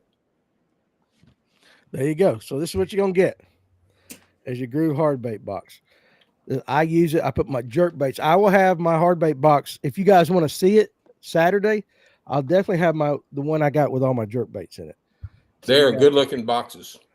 They work too, man. I'm telling you, stuff don't fall around in them things. What ramps the Toys for Tots out of? It's going to be out of Laurel Park. They had a Motel 6 like that. So, yeah, they do. I'm just trying to figure out. I'm going to go ahead and skip all the way down. If somebody wanted to book a guide trip, I normally don't ask you to ask how much you charge, so you don't have to say that. But what's the best way for somebody to find out how much you charge? So I have a website, chasecareyfishing.com. And actually, if you scroll all the way to the bottom of that website, that's where I have all my hours and rates listed. So that's where they can go. And that, it also has my youth mentorship listed down here. And you can go on there and you can inquire. It sends an email straight to my email, so I can get that. And then I can get in contact with you. I usually give people my number at that point as well. So it makes it a little bit easier communication. Gotcha. All right, Jim Root, what's up on TikTok? Also, too, Fish Nerd Labs LLC on TikTok said Monticello's in Virginia. So no wonder we ain't never heard of it. So it's in Virginia. At least that's what he said right there. Now Facizo, Snoop Dogg there. That chrome blue or black back rattle trap has always been a friend of mine at Hartwell. Okay. What about Kevin? Mm-hmm. You like throwing traps? Tony, you throw them too, don't you? Every once in a while. Not as much as that. Well, Kevin's watching I can't ask Kevin a question because he's watching for the right answer on his question. You can ask me a question. I can see. Okay. I mean, are those colored traps you like throwing? I'll throw a black chrome, but I'd rather throw a fire tiger. Gotcha. Okay. Just my confidence. Confidence, for sure. Tracy Coker says, biggest I've seen, we're talking about back those mega schools, it's probably around 25 or 30. Caught a few from that spot one day. I wouldn't know what to think if I saw a mega school of bass that big. I really wouldn't. How about this one right here? Hunter 5 Matt. So pre-COVID and pre-live scope, I used to run into some mega schools of bass on Hartwell in the winter. Hadn't seen them in 5 years. No idea what changed. What do you I think? agree. So I agree with them. Well, what do you think? I don't know why, but like I mean, I think that the fish have more, people find those mega schools way easier now, right? So like over the years, those mega schools just decide to kind of split their ways a little bit more and not get up all bunched up like that. I definitely remember pre-COVID on Hartwell, like I had some like, submerged bridges and stuff that we'd fish, and there'd be so many fish on them. I mean, just crazy amounts of fish on 2D. And like I don't hardly ever see that really anymore. Okay. Am I messing you guys up on y'all side by moving the comments? Okay. No, we can't. Danny, but I just to let everybody know again, I need the make and the model. Okay. On the depth finder. Okay, I didn't even listen to your question, so there you go. Tony, did you say something about that at right before Chase? You said like the amount of people fishing? Yeah, I mean, you got to think the number of fishing licenses went stupid during COVID, and then you add electronics in there. The advancement of electronics. Those schools don't ever get let up on. I mean, if you find, everybody can find them. I mean, even the beginning fishermen can find a mega school now, or whatever you want to call it now. Yeah, makes sense. I definitely think that live scope has made things a lot easier for fishermen to figure out and find fish. I definitely think most of the route as far as that changing is live scope, I would say. I'm going to ask this question after I read this comment. The next question. So WB Harrington said, I saw them on Gunnersville busting shad. I bet there were at least 100. Bass were turning flips as they were fighting each other for shad. So that's pretty crazy. And then Shop Life, what's up, dude? Hey, I think we get Coleman one? got it. Yeah, we got Coleman. Coleman Jones. Well, Coleman, hey, that makes it easy because I'm going to your wedding. I'll just bring it for a wedding gift. I'm gonna be able to save shipping. What was the right answer? Yeah, it was 9 and a Hummingbird LCR. That was it, huh? Like honestly, I'm not even lying. I don't even know what the hell the question was. I heard you say it, but I was digging through the box. So there you go, Coleman. Congratulations. I will bring this to you in my cowboy boots and if I do wear a cowboy hat. He said they're having a Western chic or whatever the heck it's called wedding. I got to go out and buy me some cowboy boots, boys. How about this? Fishing the spotted bass lake in North Carolina, and all the bait and bass have been super deep, suspended at 60 to 80 feet in 100 foot of water. Any tips? Have something that can get down to them, I guess. I mean, I've fished the closest thing I've fished to that is like Lake Kiwi, and just using like heavy jig heads, the minnows to get down there to them. And another lake too that I fished like that is what's that lake in Alabama near Auburn? It is Martin. Martin, yeah, Lake Martin. Those fish over there are getting big schools, and they're all like 2-pound spots. And, it's just about getting the bait down to them as fast as you can because they move around so fast. So usually I just put on like a heavy jig head, like probably a ½ ounce, sometimes even heavier than that, like 5/8, and just get down to them with a little minnow, depending on the size of the bait, put up whatever size of the bait there, kind of might be like a little baby Z2 or something like that. But if they're like that deep, if they're sitting at 60 to 80 feet in 100 foot of water, are you trying to keep your bait up above them, say at 40 or 50, try to get them to come up, or are you going right down through the middle of them? No, I think once they kind of believe that, like, especially using the live scope, I definitely see as I start to get closer to fish, they'll start to come up towards it, and most of the time, like, that's kind of the sweet spot. So once they see it, that's kind of when I start to either. Most of the time, this time of year, I don't really work my bait away from them as quick, just because with the colder water, the bait's not going to move around as much. So you kind of want to leave your bait not moving as quick. So I just maybe like pull it up a little bit. But most of the time is like, as soon as they see it, that's when I stop it from going down and then just start, working it how I want to work it. Okay. All right. Let's get old Charles's question right here, because this is one we all can answer. What's your favorite or your best Christmas song? Chase, what is your best? I know mine. I already know mine. I haven't even started listening to Christmas music Dude, they've been playing it since October. I know, right? I can't even. Y'all go first. I gotta think of one right quick. Tony, what's your best Christmas song? Whatever song it is that opens up Christmas Vacation, the show Christmas Vacation. I don't know. I couldn't even tell you. Christmas Vacation. You know. That is weird. That is awful. That's bad. You don't want me singing. God, I don't. No, No. we don't. We don't. Kevin, what's your best Christmas song? Little Drummer Boy. Okay, so you went traditional. Yes. Imagine that. He went old school, traditional. Chase, you got yours yet? I'm just gonna say Jingle Bell Rock. That's the only one I could really think of. I like all Christmas songs goodness. though. They're all good. Y'all don't like Mariah Carey's song? I mean, that's a good one. That's a good one. Tony, you don't like that? You don't sing that around your house? No. Oh, dude, listen, I'm already jamming that song. I can sing that. I can listen to that thing 50 times a day. Now, I'm going to be respectful and just say I can sing it 50 times a day. I'm not watching the video, Mrs. Pruitt, 50 times a day. So anyway, but yeah, I like that one. But I like Old Drummer Boy. That's a good one. All right, let's see here. Chase. If I can pick a day during Monday through Friday, which day usually has the lowest fishing pressure? And he would be talking about Lanier. That's a good question. That's a good question. Definitely not Thursday, Friday. Wednesday. I would say Wednesday, yeah. Wednesday, someday, I would say probably Wednesday, and then some Mondays. Monday's a weird day where it's like I go out there and I'm like, it's either like a bunch of people fishing or there's like no one out there. It's really weird like how Mondays work sometimes. Right. Okay, that makes sense. I would have guessed Tuesday. That would have already been my guess. Let's see. Ken's watching tonight. For the special guest, Danny only has 5 pages left of the Bass Pro Shop catalog, of which lures to throw on Lanier for his tournament. He thinks I'm going to throw everything, and I'm not. I'm taking 4 rods, and that's it. 4 rods. I'll tell everybody what I'm going to be throwing. I'm going to have a rock crawler on, or crankbait. I'm going to have a jerkbait on. I'm going to have a Nico or a chicken rig on, and I'm going to have a minnow. That's it. Yep. That's all I'm doing. I mean, if I can't catch 5 with that, hopefully Tim Macarius, that's all I'm doing. Now, I ain't telling you what colors I'm throwing, but that's it. Let's see. How about this? Tracy Coker. It's amazing how much bait and fish you can find using your side imaging and live scope. Now, getting to the fish to bite is a totally different thing. I agree with that 100%. Now, let me scroll on down. Messick is talking about the Monticello in South Carolina, near Lake Murray outside of Columbus, South Carolina. So there you go, like that. So I guess Fishner, they must have another Monticello in Virginia too.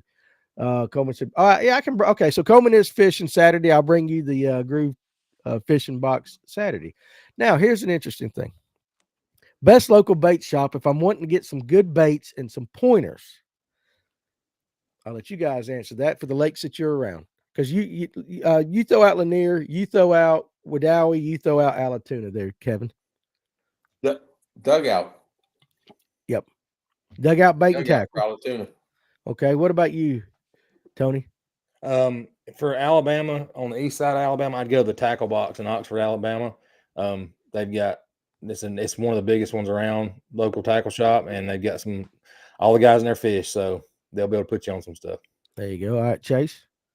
I go to Oakwood Bait and Tackle. They got some really good guys in there. A lot of younger kids, and you got some older guys in there. So there's a variety of different fishermen that like to fish different ways, and they're all good guys in there. And then I also go to Buford Dam Bait and Tackle. There's some other good guys in there as well. I like those guys. How's Dave doing over at Buford Dam Bait and Tackle? He's doing good. He actually just called the other day. So okay. I went in there, and it was kind of like one of the first few times I've kind of been in there, because I kind of live towards the Oakwood side so I kind of put in around over there, and then I made my way over there and visited him the other day. So it's a good guy. Yeah, I like Dave a lot. Let's see. All right, let me catch up with that. But yeah, I mean, those are all good choices. Now, Coleman wants to know, Chase, do you size down your minnow this time of year? I've been under the assumption I need to be throwing a 3.5 or less. Yes, I am starting to downsize my minnow. It also depends on the bait you're around, but usually when you get down to those deep ditches and kind of where I'm starting to throw my minnow more often, which deeper, that's kind of where I'm going for the threadfin shad and stuff. That's where I start to get underneath that 3.5, kind of like you said. That's kind of where you want to be, the 3-inch right now. Tony, you mentoring this weekend? This coming weekend? Yeah. I mean, I'll have one tied on, but that's not our plan.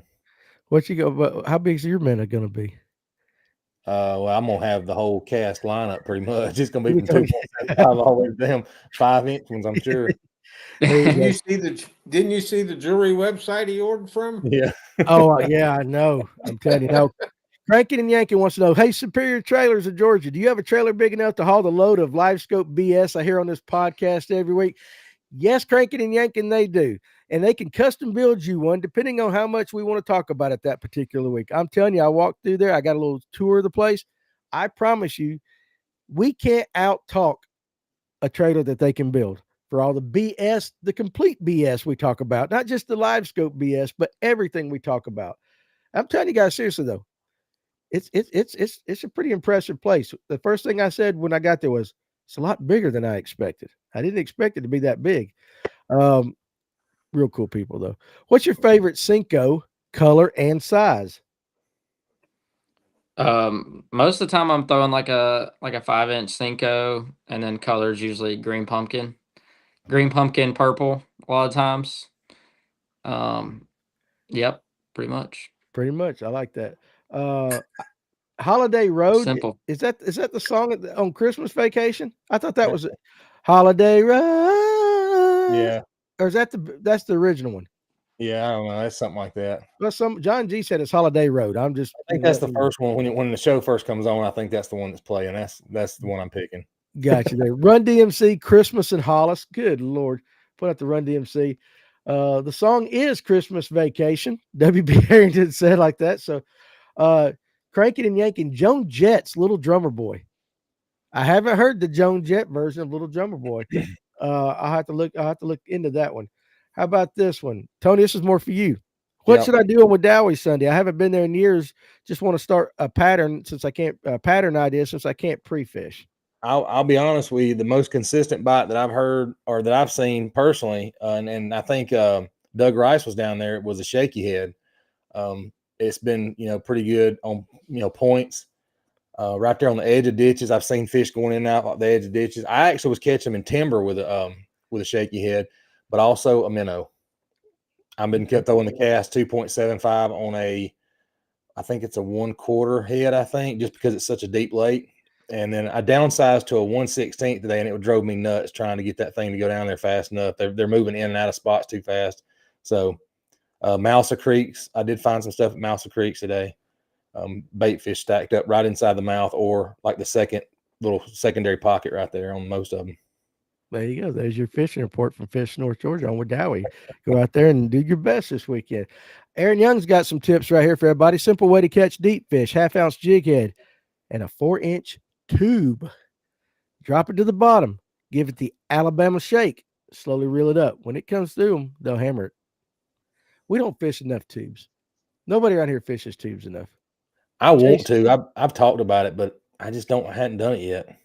Okay, I haven't. Do you ever throw a tube, Chase, at all? Only at smallmouth. Only at smallmouth. And no, you know what? I hear a lot of northern guys say that. That might be a perfect thing to throw down there because nobody's doing it. That's true. Danny, just use a Carolina rig with a fluke or a Cinco and let it ride. Man, that would be a miserable day pulling a Carolina rig in cold weather and rain on Lanier all day. I like myself too much to do that. I don't want to do that. No, I don't like the dogs barking jingle bells. Grandma got run over by a reindeer. You guys got to pick some better songs right there. The Livewell Bait and Tackle, again, here's a shout out to them. In Blue Ridge area is a good local tackle shop. Trying to catch up. A lot of these soft plastic shad colors are mostly the same color with subtle differences, and that is true. Like and I like Kytex. But, they ain't too much difference between the Pro Blue, whatever, and a lot of they're just very subtle. And maybe it makes a difference, maybe it doesn't. But to us as consumers, I mean, how much credence do you give that, Chase, when you're buying bait, soft plastics, especially when it comes to shad colors? It's all about confidence for me, to be honest. I mean, it's just all about whatever color I'm most confident in that I know I can catch fish on is what I'm going to buy, right? So, I feel like everybody's color is different. Cinco, you know how it is. Yeah. Oh, I do. Let's see right here. Have y'all tried the Berkeley drip minnow? I got some to try without forward facing sonar. Any of you guys throwed that? I haven't. I don't think so. I haven't either. Bottom line outdoors. With cold fronts coming back through back to back, will it cause the schools to be harder to find? It's a good question.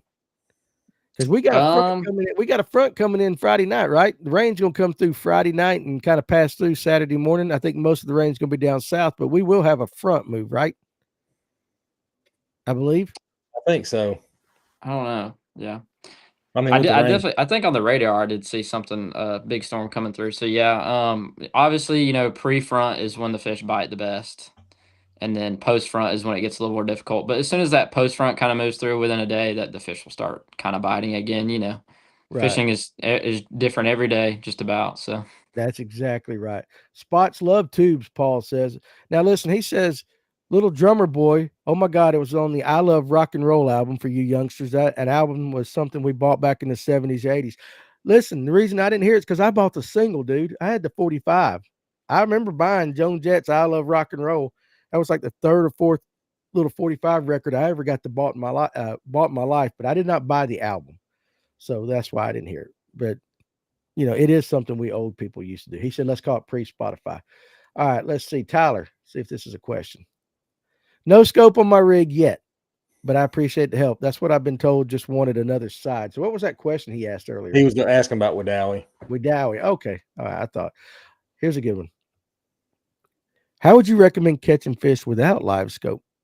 So let's say we got some guys on, let's say some guys show up Saturday, fishing the Toys for Tots tournament, don't have live scope. What would you do? I would definitely capitalize on the morning bite shallow with a crankbait and a shaky head. I would do that, first thing, just have somebody probably in the back of the boat throwing a shaky head and the other guy up front throwing that rock crawler and just hitting as many banks as you can, just trying to find, the best ones with the right fish. And as far as later in the day, just keep throwing that shaky head up on the rocks. And then as far as fishing the ditch, it becomes a little bit harder, I would say. But you can always still fish with 2D and find them sitting on the bottom, drop a drop shot down to them, drop a spoon, like a flex it spoon, something that can get down to them quick whenever you do see them on 2D. And that's just kind of how I would probably attack it without live scope. Okay. Well, tell me what not to do. Tell me something that Tony and I'll be fishing. Just say, Tony, you and Danny, don't waste your time doing this weekend. What would that be?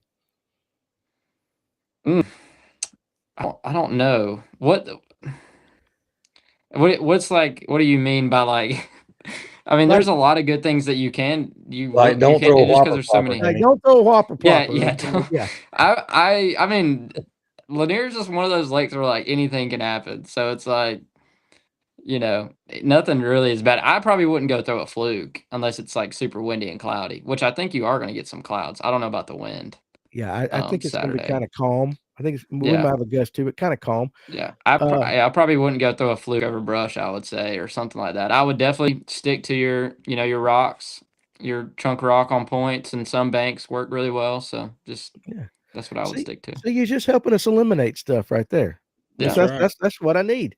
Sometimes what they're not biting is just as valuable as what they are biting. I think a lot of people don't realize that when I'd rather have a fishing report from a guy like, dude, I threw a jig for 2 weeks straight and I ain't got a bite on a jig. That's just as helpful. That's true. Somebody. Yeah, that is helpful. But people want to hear what you're catching them on. Sometimes pay attention to what's not working. So Tony, throw a jig. All right. Yeah. I'm not saying anybody said that, but Ken wanted me to let you know, Tony, he'll spot you $20 for a side bet to have bigger weight than me.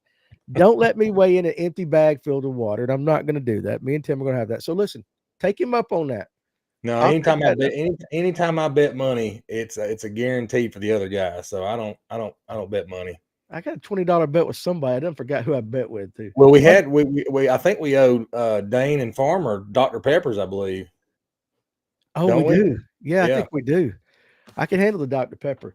How about Well, it'd this? probably be like sending out the prizes. What? Oh, yeah, I know. I suck at that. I still got prizes I got to send out. Yeah, I'll get them to Coleman's you going to one get his day box now. on his anniversary. I'll get it to you. I'll get it to you eventually. If I owe you a prize for a question of the night, and I probably owe Be my age when he gets it to him. Listen, just message me on Facebook and remind me what I'm supposed to send you. There's a lot of things going on in this head right now. Okay, I can't remember everything.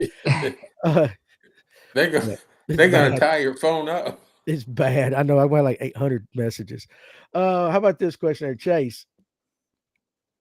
Do you do better on a cloudy or sunny day on Lake Lanier? Do you like to fish docks and skip a jig?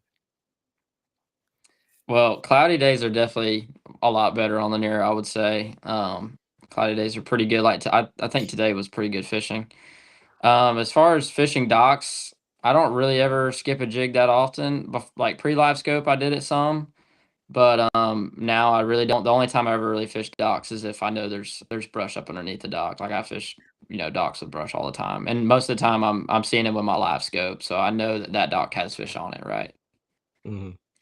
There you go. You mentioned that spoon earlier. It was a Flex-It spoon, right? Ain't that what you said to get it down there quick? Yes, sir. Yeah. Flex-It spoon. Silver Puck said I bought some Dixie Jet spoons to try out. Okay. Cranking and yanking. I guess he's talking about what to throw without live scope. DT10 OG color. Excellent choice. Mm-hmm. Excellent choice right there. How shallow are those shallow fish, if that makes sense? Right now, how shallow is shallow? Some of those big ones, I mean, they'll get up in like 3 feet of water. I mean, they get pretty shallow up there, especially like first thing in the morning. You'll see those like really, really big ones get up really shallow, especially the largemouth too. As the day goes on, though, they start to move out. You'll notice like your crankbait fish will start, they'll start eating it more towards the boat, right? Instead of right when you cast it up there, just stuff like that. Yeah. Really depends on time of day. What's your biggest high school tournament bass? And do a college one too. Yeah, so I caught a 7-pound largemouth on Lake Lanier in high school, my sophomore year of high school. I think it was a Georgia Bass tournament on Lanier. So that's my biggest one then. And in college, I'm trying to think, what was my biggest one in college? I think I caught my biggest one was a 6.5-pound largemouth on Lake Murray on a shaky head. It was sitting on a stump. It was like kind of right before they were getting close to they weren't close to spawning yet, but they were pre-spawn. So they were sitting on stumps and caught a really big one on a stump. I want y'all to know that my wife is having an effect on me. She told me I had to quit being so daggum adult oriented and stuff. When I had some jokes ready to go right there. I was ready to just roll them out right there when he said his biggest one in college and all that. And I was just like, don't, Danny, don't. I'm respectful, Amanda, if you're watching. Because if I'd said something, that's been the time she was going to watch. I got in trouble today at lunch. Without live scope, use the tube in a 1/2 ounce jig head vertically over bait. Alabama shake it and reel it. For those of you that don't know what the Alabama shake is, that's that little, just basically this little, pretty much, right? I mean, you just kind of a really short vibration shake right there and slowly reel it up. Work long before scope and it catches more than a spoon. So he's saying the tube will outdo the spoon vertically. That's Aaron Young, 8491. You believe that, Chase? I wouldn't. I'm like I said, I'm a big learner. No. I love You're learning. supposed to say no, Chase. You're supposed to say no. He's crazy, so we can start some drama. But yeah, see, I can do that too if you want me to. But yeah, I want you to be honest. Yeah, okay. No, yeah. I mean, like I said, I'm always up for like learning from people because, like I said, things will surprise you a lot of times on these lakes. I agree with that. And I'm just playing with you. I don't want you to be one of the drama guys. But listen though, you are allowed to disagree with people. You ain't got to be. I know you're a nice kid. You're a very nice young man, but you can disagree on this show because I know Tony. Yes, sir. Yes, Tony, sir. I'll ask you: tube or spoon?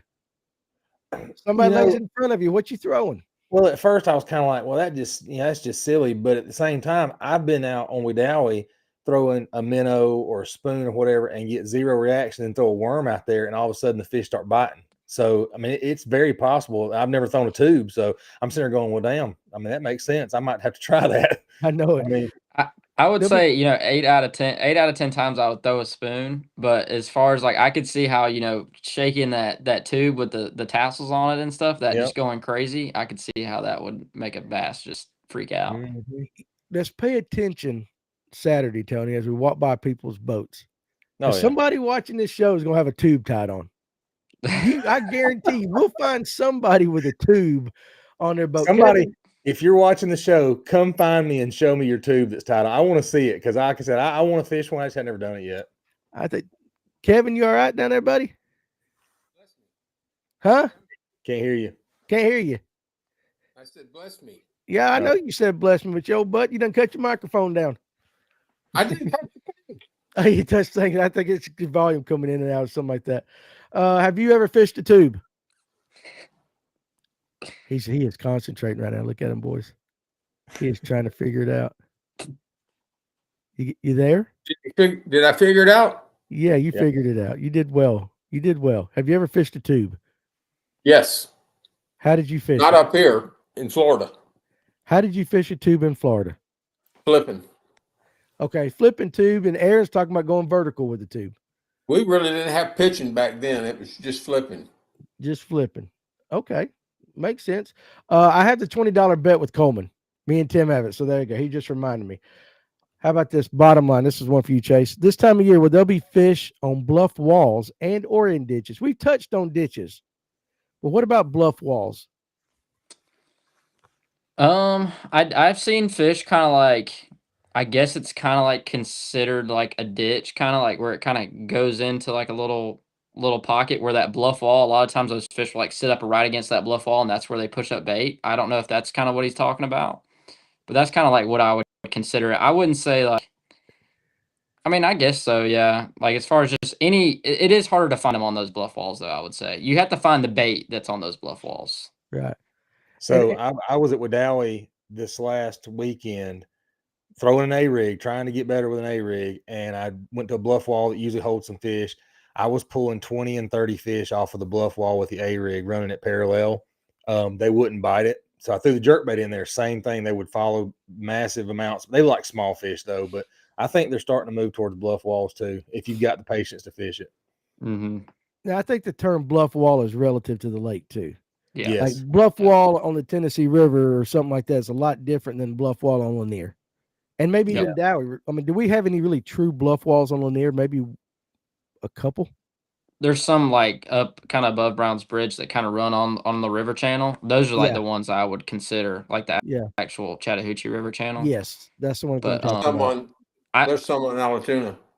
Allatoona, I could see. Yeah. What about with Dowie? Is when you say a bluff wall, Tony? Are you? It's a sheer. We're talking a sheer bluff wall that may have a shelf at 10, 15 foot deep, and then it drops off into 80, 100 foot. Okay, so you got it. You have a real bluff wall. Yeah, I'm fishing true bluff walls, or I'll fish the timber that's up next to the bluff walls. But yeah, I mean it's real like sheer bluff walls. Yeah. Okay, that makes sense. Kent says I'm missing it that Chase is going to win this tournament. With a fluke over a brush pile. Luckily, he's not fishing this tournament. Okay, so he's not he can't be lying to me too bad because didn't you say you got to go to a wedding? Yeah, I do. Yeah, I do have to go to a wedding, so I won't be able to make this one. But you got to watch out for Dylan Akins, Scooter, and Brooks. Those are the guys you got to watch out for. I think we sabotaged their boats. We'll accidentally pull a plug. I wouldn't do that to Brooks, but I might Scooter. I might pull Scooter's plug. Dylan. I don't know. We'll just wax the side of his boat so he'll fall in there. We'll put a little that's all you got to do. Yeah, that's all you got to do to him. A little mayonnaise. Get it all nice and slick right there. Right by the trolling motor. Yeah. Be good to go. I mean, the boy done proved he ain't got too much coordination up there, right? Dana's still slaying them on the chartreuse hair jig for sure. Had you ever throw any hair jigs? On up north and smallmouth and stuff. But not down here. A lot. Not down here, not much, no. I got here. What does that comment right there mean there? A tweaker twitch in Louisiana. Alabama. Is that what they call it? That's what I thought. And the tweaker twitch in Louisiana. Tweaker. I like that better. I can't say it hardly. Tweaker twitch. Yeah, I took speech and I can't say that. I'm messing that all up, but I like that better. Okay, let's see. Let me find you a question. So we gotta pick your brain over here. Oh, here we go. Put up another prize for next week for the person that guesses Danny's weight on Lanier.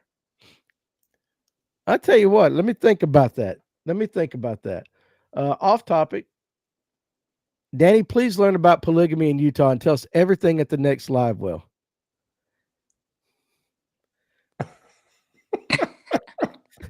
Okay. Damn, War Eagle the best. I mean, all right. I didn't have that on my bingo card, but I will not be here next week because I'll be in Salt Lake City. So Tony's going to run the Livewell Tuesday night, and then Clint's going to run the Livewell next Thursday night.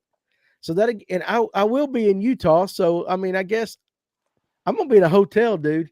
I'm not going out and finding anything about polygamy in Utah. So, but I'll read on it if you want me to. Danny's going to be a very good boy. I promise that. But I'll do that. Let's see. Come on, Tony. How about this? I'm trying to find him. I'm still not used to doing all this. How good do you have to be to catch him on an A-rig? I love giving you guys a hard time. He's giving me a hard time for throwing an A-rig. I will say this, Crankin. I can count on two hands how many times I've thrown an A-rig. I hate that piece of crap. I swear it tangles up more than anything, and I've got it, and I throw it every couple of times. But yeah, I'm not a fan of it. That's why I'm trying to get better at it, just to get the patience to throw it. I love this guy. Now, okay, so it's got to be Chris Akins. I am security for Dylan. Better watch out. Yeah. Listen, Chris. I'm only gonna do the front of the boat. I only put the mayonnaise on the front of the boat. I'll leave the back of the boat alone. Alex is on his own Monday night. He will be running the kayak show by himself.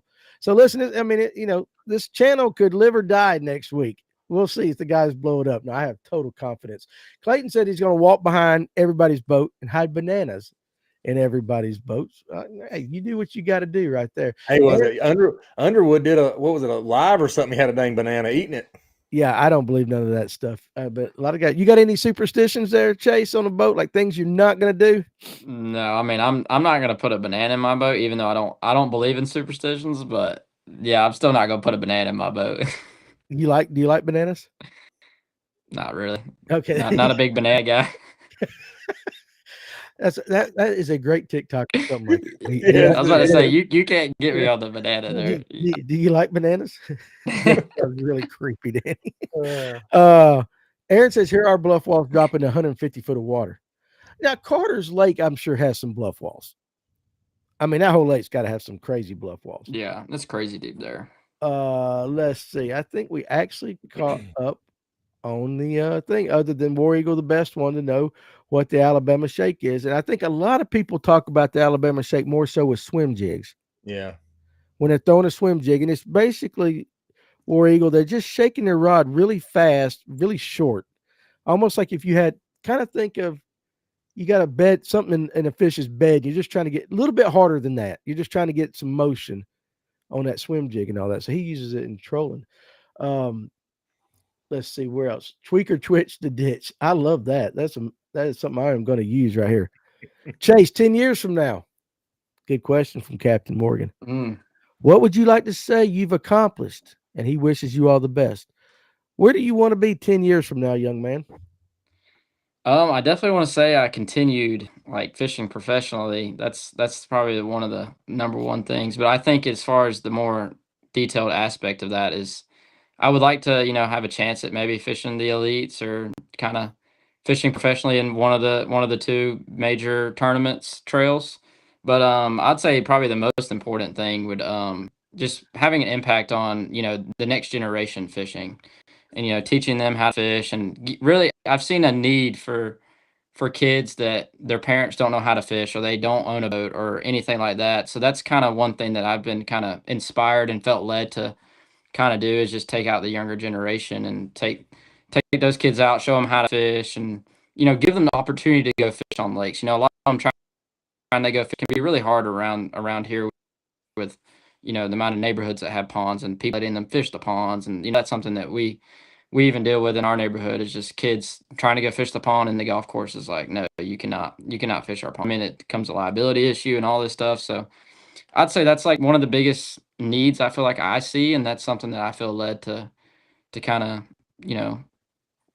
get kids to go out and fish and teach them how to fish. So That's probably my biggest thing the next 10 years. I love that answer. Mm-hmm. Yes, sir. Absolutely love that answer. And you know what? But you bring up a good point.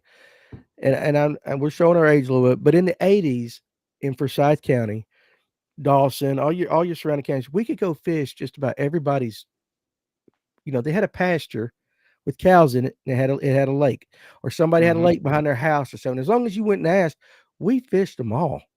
And somewhere over the last 30 years with development and all that, and people suing people like crazy, it used to not be that way. You're absolutely right. They have no place to go. It's really different. It is sad because we grew up just being able to do that. And of course back then too, we snuck in one or two, but you weren't going to get in so much trouble today like you do. So that is really good. I think that that's something, and anything we can do to help you with that too, with the kids and all that. Yes, sir. By all means, never hesitate to ask us with that. Cohen brings up boat snack is Snickers. I'm not going to read the rest of that comment, but what is your favorite boat snack? I would have to say, little granola bars. I really like granola bars. Those are good. I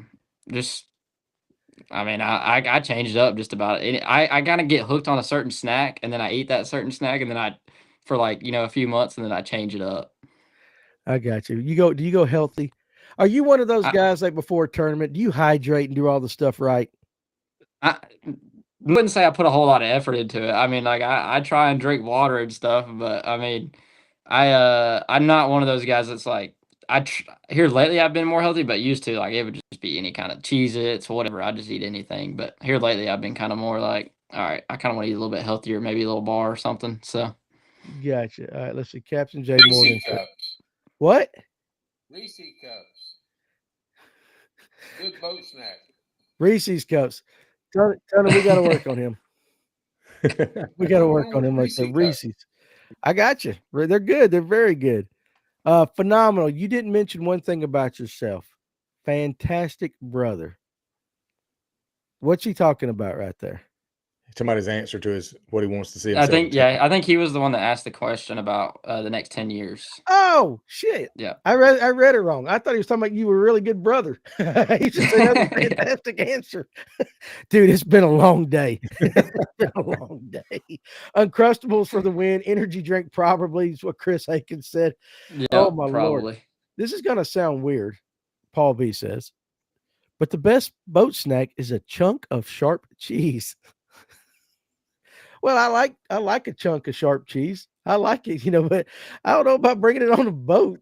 But I have been known to bring I bring olives with blue cheese. Like I get bougie. I'll bring a whole charcuterie board sometimes. My family they make me a snackle. Like my wife, if I didn't really make her mad or something like that, she'll put me a bunch of salami and pepperoni and stuff like that. And they call it a snackle. It's a little tackle box. And there you go. But listen, I always make her mad. So I only get it about once or twice a year.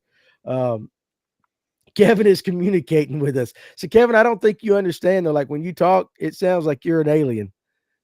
Yeah, we can't hardly hear you. Right there is perfect.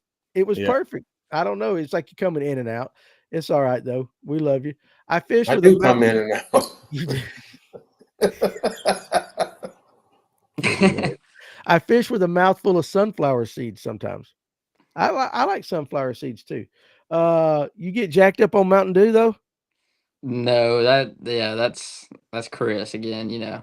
Chris he's making some jokes. I used to drink a lot of Dr. Pepper. That was probably one that Dylan he would probably comment on, but not anymore. I got back to my drinking water. So I really got to get better at watching and paying attention to TikTok, because Titus Williams talking about bluff walls on tuna being good. Sorry guys, I really got I don't know why I didn't do it.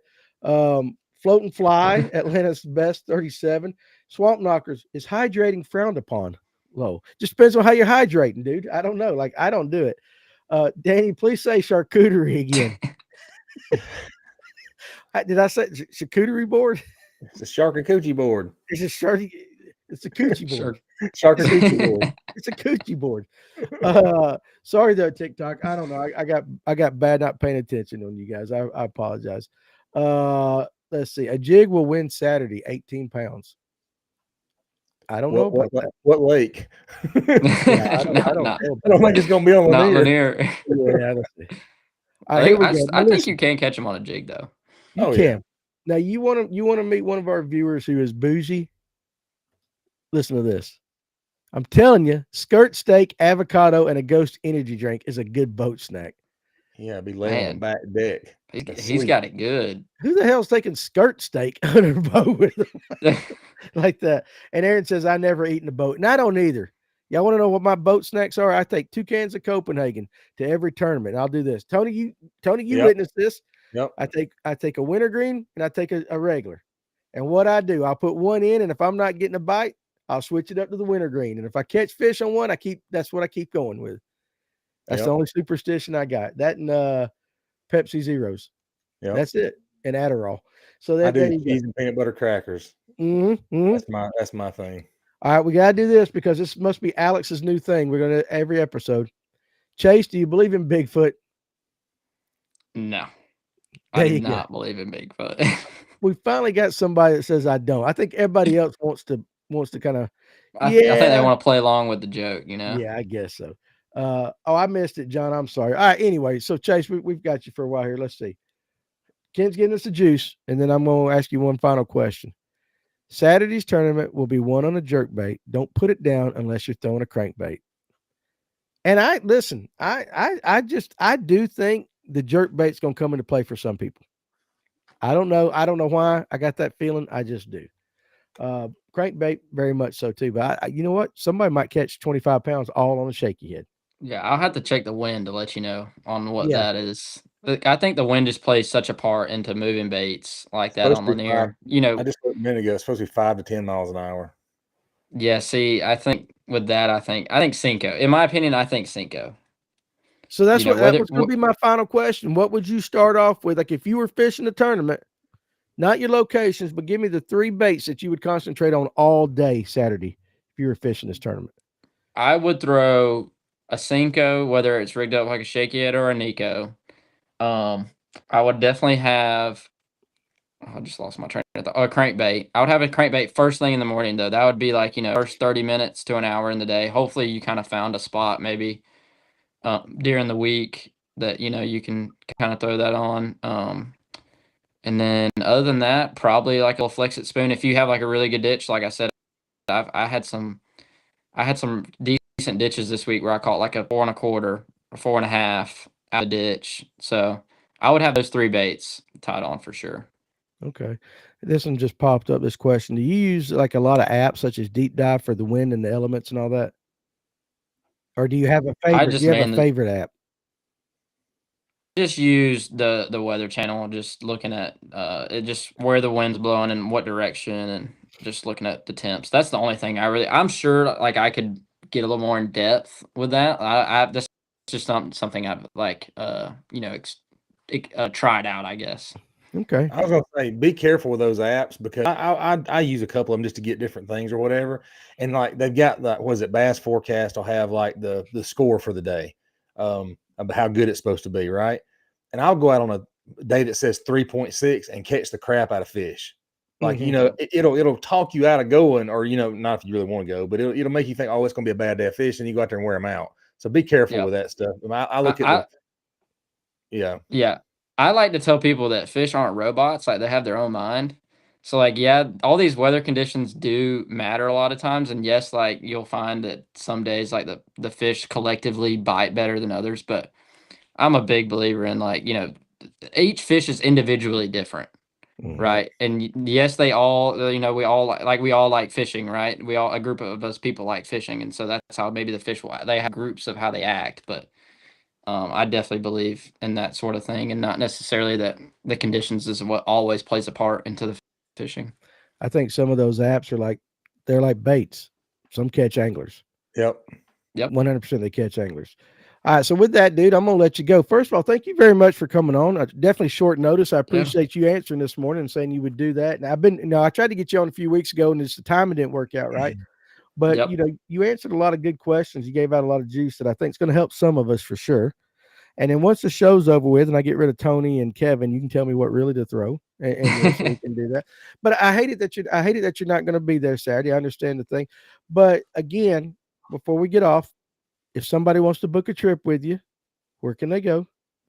You can go to chasecareyfishing.com and scroll all the way to the bottom. You'll see all my rates and my hours, and you can contact me through there. Okay. They'll send like a little email. So yeah, let's go fishing. That's perfect. And then of course now we get to watch and follow you guys. You mentioned real quick before the show in the opens, who all is going to be rooming together? Because Tony, listen to this room right here. We got me, Dylan, Brooks, Damian, and then one of our buddies from Florida, Bryson. Okay, so when they get to one of these tournaments, we're gonna have to get them all, all together, have a big house episode and all that. So, but anyway, and Doc Holliday, I think he echoes it right here. This is the way I feel about Chase. Great kid, and so we wish you luck, dude. It's gonna be fun. It's gonna be fun following you, and thanks for coming on and help us out and all that. And wish you success. And again, when it comes to any of that stuff you want to do as far as helping kids and stuff. If you ever need anything from me or any of us to help you out with that cause, do not hesitate to ask. Okay. Yes, sir. I'll definitely take you up on that offer, and I appreciate y'all having me on today. It was awesome. Absolutely. We appreciate it. All right, guys. And with that, we're gonna get out of here. Now listen, no lunch break tomorrow or Monday, and there'll be no lunch break next week because I'm gonna be in Salt Lake City at the American Guide Conference. But Monday night, Alex will run the kayak show. Tuesday night, Tony will run the Livewell, and Thursday night, Clint will run the Livewell. We'll be putting out the guests and all that. If you come fishing with us, Toys for Tots, make sure you bring your toy, be there early, bring a good attitude, dress warm. And if not, enjoy your weekend with your family, spend some time, go to church, do some things like that. And just have a good weekend, guys, and be safe out there, especially all you guys that's going to come fish with us. So, Tony, Kevin, appreciate you joining us tonight. And guys, we're going to get out of here. So